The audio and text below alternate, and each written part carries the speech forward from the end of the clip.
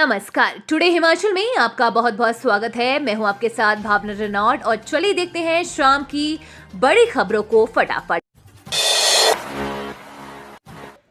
JBT नियुक्तियों में फर्जीवाड़े की जांच, आज रिपोर्ट सौंपेगी कमेटी। शिमला में डटे प्रशिक्षु।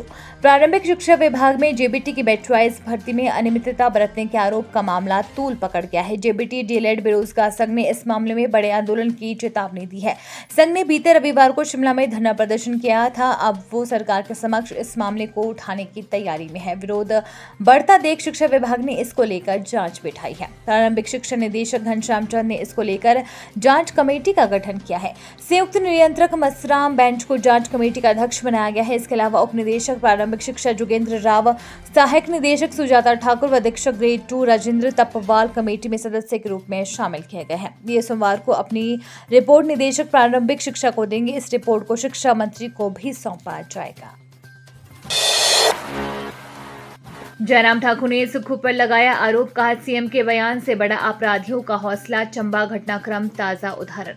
नेता प्रतिपक्ष जयराम ठाकुर ने आरोप लगाया कि मुख्यमंत्री सुखविंदर सिंह सुक्खू कहते हैं कि हमने 97% हिंदुओं की विचारधारा को हराया है। इस तरह के बयानबाजी के बाद अपराधियों के हौसले बढ़े हैं। चंबा घटनाक्रम इसका परिणाम है। भाजपा इस मामले पर एनआईए जांच की मांग कर रही है। मुख्यमंत्री बार बार पूछ रहे हैं कि भाजपा विरोध क्यों कर रही है। हिमाचल में अपराध हुआ है तो हम विरोध भी न करें। जयराम, मोदी सरकार के 9 वर्ष का कार्यकाल पूरा होने पर रविवार को भाजपा शिमला संसदीय क्षेत्र के व्यापारी सम्मेलन को संबोधित कर रहे थे। उन्होंने कहा कि डीजीपी संजय कुंडू लंबी छुट्टी पर चले गए हैं।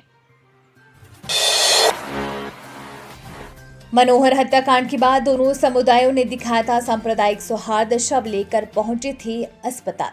सलोनी उपमंडल की भांदल पंचायत के संघनी गांव के मनोहर लाल की बर्बरतापूर्वक हुई हत्या ने भले ही लोगों को झकझोर दिया हो, लेकिन सदियों से हिंदू मुस्लिम समुदाय में चला आ रहा सांप्रदायिक सौहार्द आज भी कायम है। लापता होने के बाद मनोहर को उसके परिजन, पंचायत प्रतिनिधि और मुस्लिम समुदाय के युवा ढूंढते रहे। शव के टुकड़ों को बोरों में भरकर दोनों समुदाय के लोगों ने अस्पताल पहुंचाया। अंतिम संस्कार में भी सभी शामिल हुए। गम में डूबे माता पिता और परिवार को ढांढस बंधाने के साथ दोनों समुदाय के लोग मदद कर रहे हैं। जिले के अधिकांश क्षेत्रों में 1/3 तो कई क्षेत्र में 50% मुस्लिम बहुल है। दोनों समुदाय के लोग आपसी सौहार्द से जीवन यापन करते हैं। जिले के सबसे बड़े व ऐतिहासिक मिंजर मेले का आगाज भी मुस्लिम परिवार के सदस्य मिर्जा परिवार लक्ष्मीनाथ भगवान को मिंजर अर्पित कर करते हैं। ईद, होली, दिवाली मिलकर मनाते हैं। ठियोग में नेशनल हाईवे के पास भूस्खलन होने से मार्ग बंद, जाम लगने से लोग परेशान।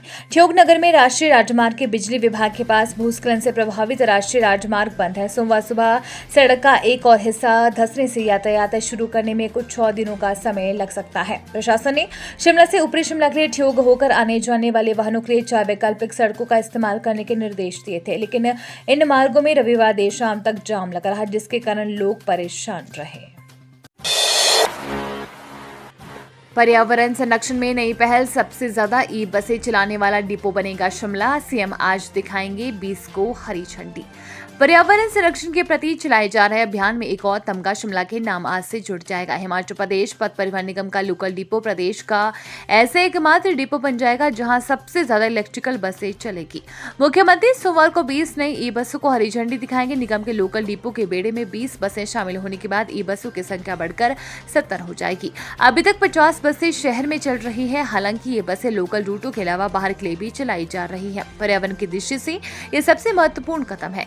एचआरटीसी के लोकल डिपो में जो डीजल से चलने वाली पुरानी बसें हैं उन्हें रिप्लेस किया जाएगा। निगम की योजना है कि शिमला शहर के लोकल डिपो को पूर्णतः ई डिपो बनाया जाएगा। इस साल के अंत तक ये काम पूरा हो जाएगा। यहाँ पर सारी बसें ई बसें ही चलेंगी। शिमला शहर को आज मिलेंगी नई 20 इलेक्ट्रिकल बसें, मुख्यमंत्री दिखाएंगे हरी झंडी। शिमला शहर को सोमवार को नई 20 इलेक्ट्रिकल बसें मिलेंगी। मुख्यमंत्री सुक्खू नई बसों को चौड़ा मैदान से हरी झंडी दिखाकर रवाना करेंगे। इसके बाद ये बसें रूटों पर चलनी शुरू हो जाएंगी। नई बसों के बेड़े में शामिल होने के बाद शिमला में 17 इलेक्ट्रिकल बसें हो जाएंगी। निगम प्रबंधन ने बसों को रूटों पर चलाने की पूरी तैयारी कर दी है। निगम प्रबंधन के अनुसार ये नई बसें शिमला शहर व शहर के 30 से 40 किलोमीटर के दायरे में चलेंगी।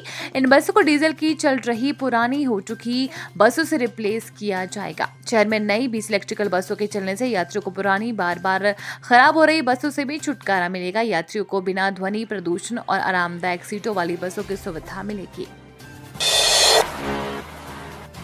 श्रीखंड महादेव यात्रा के लिए ऑनलाइन पंजीकरण शुरू। मेडिकल फिट होने के बाद ही जा सकेंगे। देश की कठिनतम यात्राओं में शुमार श्रीखंड महादेव यात्रा के लिए ऑनलाइन पंजीकरण प्रक्रिया शुरू हो गई है। यात्रा पर जाने वाले इच्छुक श्रद्धालु ऑनलाइन आवेदन कर सकते हैं।